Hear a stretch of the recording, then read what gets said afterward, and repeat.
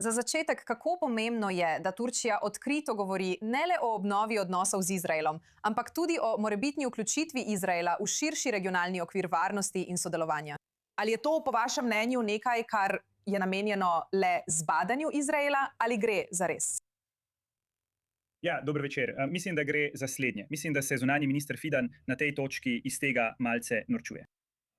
Poglejte, veste, ne vem, kje bi to lahko razčlenili, ampak veste, Izrael nima pomanjkanja zaveznikov in partnerjev, ki ga zelo podpirajo. In turški namig, da bi lahko našli, veste, širšo koalicijo, je preprosto smešen. Po drugi strani pa je tudi postavljanje pogojev, pod katerimi bi Izrael ali Turčija ponovno vzpostavila odnose ali tesnejše odnose z Izraelom na podlagi njihovih pogojev, prav tako smešno. Ker, veste, sploh ne omenja dejstva, da je Turčija, kot ste rekli, glavni in materialni podpornik Hamasa, ampak tudi vse bolj druge akterje, kot je Hezbolah, in da ne omenjam drugih džihadističnih, ekstremističnih organizacij, ki neposredno usmerjajo prizadevanja za spodkopavanje Izraela in drugih vprašanj regionalne stabilnosti. Prav. Veste, pogoji Hakana Fidana temeljijo na Gazi in priznanju palestinske države, na podlagi teh meja iz leta 1967. To so pogoji, za katere Ankara verjetno ve, da jih trenutna izraelska vlada ne bo izpolnila. Zakaj torej to storiti prav zdaj? Ker želi preusmeriti pozornost, želi, da bi Turčija izgledala, kot da jo zanima normalizacija in obnova odnosov z Izraelom, čeprav je v resnici ne. Gre zgolj za nekakšno odvračanje pozornosti.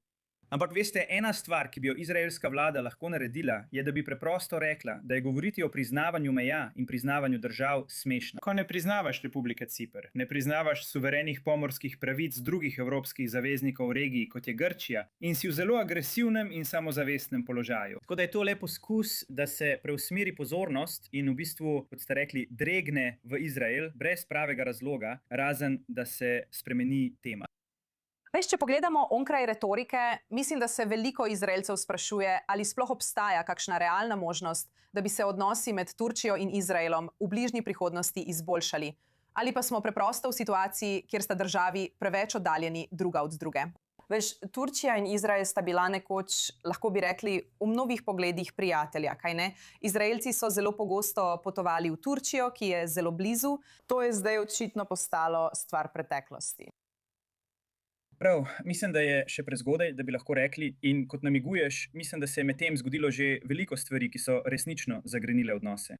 In predlagal bi, da dokler v Turčiji ne pride do spremembe vlade, kjer ne bi imeli islamistično motivirane in agresivne vlade pod vodstvom Erdogana, da bodimo jasni, da on v resnici ni začel razdirati turško-izraelskih vezi šele 7. oktobra. Ampak to je bil sistematičen napor z njegove strani že od leta 2008. On je resnično prekinil turško-izraelske vezi brez očitnega razloga, razen dejstva, da bi rad videl Izrael oslabljen. In to izhaja iz njegovih ideoloških korenin. In če obstaja pot do normalizacije odnosov, bi še vedno rekel, da se to lahko zgodi šele v obdobju po Erdoganu. Prav, veš, zadnja stvar, ki sem te jo res želela vprašati, je, ali res misliš? Ali bi moral biti Zahod v tem trenutku bolj previdna glede Turčije kot zaveznice, glede na to, kako vidimo, da se ravna z eno od najmočnejših zaveznic Združenih držav, na primer z Izraelom? Mislim, ja, jaz v bistvu že dolgo časa poskušam opozarjati na to. Mislim, več to je, težave med Izraelom in Turčijo so resne, ker je Turčija dejansko škodljiv dejavnik na Bližnjem vzhodu, ki financira in nudi ključno podporo radikalnim skrajnežem in islamističnim organizacijam po vsej regiji. Vendar vidite tudi, da Turčija igra na obe strani v vojni med Ukrajino in Rusijo. In v bistvu vidite, da Turčija resnično poskuša nekako spodkopati svoj odnos z Evropsko unijo, pa tudi Združenimi državami.